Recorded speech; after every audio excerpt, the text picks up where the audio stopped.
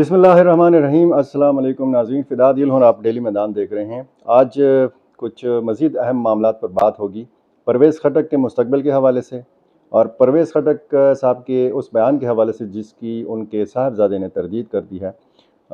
ये भी आपको बताएंगे। और खैबर पख्तूनख्वा की निगरान काबीना में क्या चल रहा है, यहाँ पे जो इत्तेहादी जमातें हैं, जो मरकज़ में हुक्मरान जमातें हैं, उनके माबैन आपस में क्या चल रहा है। इत्तेहादी आपस में लड़ पड़े हैं, किस वजह से लड़े हैं और मुस्तकबिल क्या है, आने वाले इलेक्शन की क्या सूरत हाल है, क्रेडिबिलिटी क्या है, आने वाले इंतखाबात की साख क्या है। इन सब हवालों से आज बात होगी। मुख्तसरन जो सूरत हाल हमने परवेज़ खटक साहब के हवाले से देखी है, कल से एक बयान जो है परवेज़ खटक साहब का वो बड़ा वायरल हुआ, बड़ा लोगों ने इस पर तबसरे किए, तनकीद भी की, गालियाँ भी उनको पड़ी।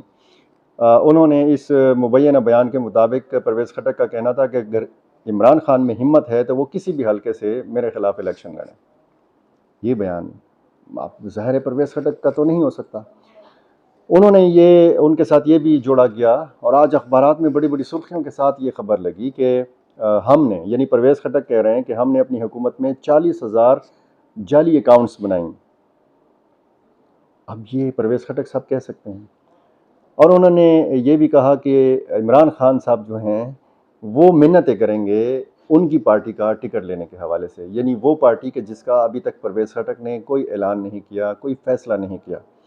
आज उनके साहिबजादे जो तहसील नाज़िम भी हैं, इसहाक खटक ने इन सब ख़बरों की तरदीद की है और अपने वालिद साहब के नाम के साथ जो मंसूब बयान सोशल मीडिया पर और अखबारात में शाया हुआ है, नशर हुआ है, इन सब बातों की उन्होंने तरदीद कर दी है और ये वजाहत की है कि ये उनका बयान नहीं है, जाली अकाउंट्स इस्तेमाल किए गए हैं। मतलब अगर इतना बड़ा बयान परवेज़ खटक जैसा बंदा दे रहा है तो इस बयान का सोर्स क्या है, उन्होंने किससे बात की है, उन्होंने किसी चैनल से बात की है, उन्होंने ख़ुद ट्वीट किया है, उन्होंने कोई वीडियो पैगाम जारी किया है। यानी ऐसी बातें हैं इस बयान में कि ना मानने वाली बातें हैं। अब कुछ दिन पहले जो एक बयान परवेज़ खटक साहब का एक जेन्युइन असली बयान सामने आया था, उन्होंने 9 मई के वाक़यात का ज़िम्मेदार इमरान खान को करार दिया था। ये बात उन्होंने नौशेरा के सहाफ़ी मुश्ताक पराचा से बात करते हुए कही थी और मुश्ताक पराचा साहब बड़ा करीब हैं, बड़ा क्लोज़ हैं परवेज़ खटक साहब के साथ। तो बहरहाल ये वजाहत तो हो गई कि परवेज़ खटक साहब ने इमरान खान के मुतालिक या तहरीक इंसाफ के मुतालिक ऐसा कोई बयान नहीं दिया। दूसरी तरफ आते हैं, गवर्नर हाजी ग़ुलाम अली ने आज मीडिया से बातचीत करते हुए उन तमाम इल्ज़ामात की तरदीद की है, रद्द किया है और कहा है कि मेरे ख़िलाफ़ अगर किसी ने भी करप्शन साबित की, कोई करप्शन का इल्ज़ाम मेरे ख़िलाफ़ साबित हुआ, कोई पोस्टिंग ट्रांसफ़र में पैसे लेने के हवाले से अगर कोई इल्ज़ाम साबित हुआ या किसी ने ये साबित किया कि गवर्नर की वजह से किसी की पोस्टिंग हुई है या किसी की ट्रांसफ़र हुई है, तो हाजी ग़ुलाम अली कहते हैं कि वो फिर सियासत छोड़ देंगे। ये उन सारी चीज़ों का रद्द-ए-अमल है जो गुज़श्ता कई दिनों से हम देख रहे हैं। इत्तेहादी जमातें एक दूसरे के ख़िलाफ़ ऐसे मोर्चा ज़न हो गई हैं कि जैसे ये कभी इत्तेहादी रही ही नहीं थी। ये शायद आम इंतखाबात के लिए ग्राउंड बनाया जा रहा है, कहा यह जा रहा है, सियासी मुबस्सिरीन ये कह रहे हैं। और तहरीक इंसाफ के कुछ लोगों ने तो यहाँ तक कहा है कि JUI और अवामी नेशनल पार्टी के माबैन जो चल रहा है ये महज ड्रामा है। अब अगर निगरान सेटअप की बात की जाए तो निगरान काबीना जिसको बज़ाहिर गैर जानिबदार होना चाहिए, जिसकी ज़िम्मेदारी ये होनी चाहिए कि वो रोज़मर्रा के अमूर की निगरानी करे, जिसकी ज़िम्मेदारी ये होनी चाहिए कि वो शफ़ाफ़ इंतखाबात के इनेकाद के लिए इलेक्शन कमीशन की मुआवनत करे, ये इत्तेहादी जिन इत्तेहादियों के नुमाइंदे निगरान काबीनों में बैठे हुए हैं, ये एक दूसरे के ख़िलाफ़ इल्ज़ामात लगा रहे हैं। सबसे ज़्यादा निशाना बनाया जा रहा है गवर्नर हाजी ग़ुलाम अली को और उन्होंने आज अपनी सफाई में ये बयान भी दिया है, उन्होंने तमाम इल्ज़ामात को मुस्तरद किया है। अगर इस निगरान काबीना की सूरत हाल देखी जाए, करप्शन हो रही है या नहीं हो रही, इल्ज़ामात में सदाकत है या नहीं है, ये अलग बात है, ये मुकम्मल तहकीकात के बाद ही पता चलेगा। लेकिन अगर इस किस्म की सूरत हाल है, अगर तहरीक इंसाफ इल्ज़ाम लगाती रही है निगरान काबीना के हवाले से, उसके शदीद तहफ़्फ़ुज़ात हैं। इस निगरान काबीना में सिवाय तहरीक इंसाफ के और जमात इस्लामी के باقی تمام سیاسی جماعتوں کے لوگ اپنے اپنے کوٹے کے حساب سے یہاں پر موجود ہیں، نگران وزیر ہیں اور مشیر ہیں اور معاونین خصوصی ہیں۔ اس میں سب سے زیادہ حصہ جو ملا ہے وہ جمعیت علماء اسلام کو ملا ہے۔ جمعیت علماء اسلام کا گورنر بھی ہے اور جمعیت علماء اسلام کے سب سے زیادہ جو لوگ ہیں وہ بھی نگران کابینہ کا حصہ ہیں۔ یہ خود اتحادی مانتے ہیں کہ ان کے دو یا تین وزیر جو ہیں وہ اس نگران سیٹ اپ کا حصہ ہیں۔ وسیم بادامی کا ایک کلپ جو ہے ARY پہ پروگرام انہوں نے کیا، بڑا وائرل ہو رہا ہے، جس میں سمر ہارون بلور، فیصل کریم کنڈی اور اختیار ولی خود یہ مان رہے ہیں کہ ان کے اتنے لوگ جو ہیں وہ نگران کابینہ کا حصہ ہیں۔ پھر جب آج جیو کے پروگرام شہزاد اقبال کے پروگرام میں حافظ حمداللہ صاحب نے بات کی تو انہوں نے کہا، حافظ صاحب نے کہا کہ ہم نے تو کبھی یہ نہیں کہا کہ جی ہمارے اتنے لوگ کابینہ میں ہیں، اور ہم نے تو ہمیشہ یہ کہا کہ خیبر پختونخوا کی جو نگران کابینہ ہے وہ غیر جانبدار ہے۔ اس سے بھی بڑا سچ جو ہے وہ مولانا عطا الحق درویش نے بولا ہے۔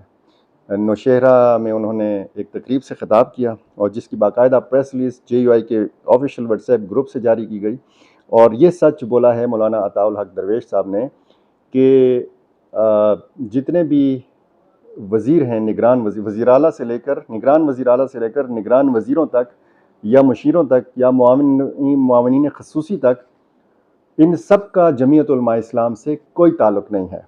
اب پتہ نہیں ان کے دلوں کی حالت کیا ہوگی، رحمت سلام خٹک صاحب کی، حامد شاہ صاحب کی، منظور آفریدی صاحب کی، عبدالحلیم قصوریہ صاحب کی، یا دیگر جو وابستگان ہیں JUI کے۔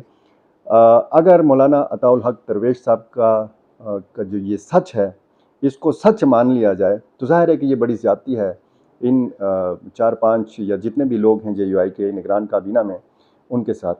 اچھا، نگران کابینہ میں ایسے بھی وزیر موجود ہیں جنہوں نے باقاعدہ ترقیاتی منصوبے حاصل کیے ہیں، اپنے حلقوں میں انہوں نے کام کیا ہے، ان کا یہ پکا ارادہ ہے کہ انہوں نے عام انتخابات سے قبل استعفیٰ دے دینا ہے اور انہوں نے پھر اپنے حلقوں میں جا کر الیکشن لڑنا ہے۔ اگر مجموعی طور پر اب دیکھا جائے تو سوال یہ پیدا ہوتا ہے کہ اگر الیکشن ہوتے ہیں تو پھر موجودہ متنازع نگران کابینہ کی موجودگی میں جب الیکشن ہوں گے تو ان الیکشن کے نتائج کون تسلیم کرے گا؟ یہ کیسے انتخابات ہوں گے کہ جو سیاسی نگران کابینہ کی نگرانی میں ہوئے ہوں گے؟ یہ کیسے انتخابات ہوئے ہوں گے کہ جس کی شفافیت پر سوال اٹھائے جائیں گے؟ یہ کیسے انتخابات ہوں گے کہ جس میں ہارنے والا جو بھی ہو وہ الزام ظاہر ہے کہ یہی لگائے گا؟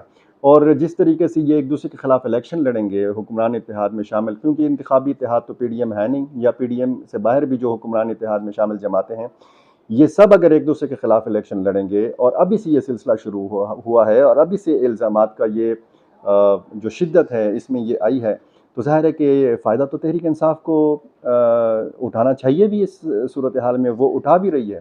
ان ساری چیزوں کو لے کر سوشل میڈیا میں تحریک انصاف کے لوگ جس طریقے سے سرگرم ہوئے ہیں، تو اب اس چیز کا تقاضا یہ ہے کہ آصف علی زرداری، میاں نواز شریف، وزیر اعظم شہباز شریف، مولانا فضل الرحمان، جتنے بھی قائدین ہیں وہ مل بیٹھ کر اس چیز کا حل تلاش کریں۔ ایمل ولی خان صاحب تو ڈائریکٹ ہو چکے ہیں، وہ تو سیدھا گورنر حاجی غلام علی پر الزام لگاتے ہیں کرپشن کا، اور سب سے پہلا جو اعلان بھی اگر کسی نے کیا ہے حاجی غلام علی کی گورنرشپ کا تو وہ یہی ایمل ولی خان صاحب تھے۔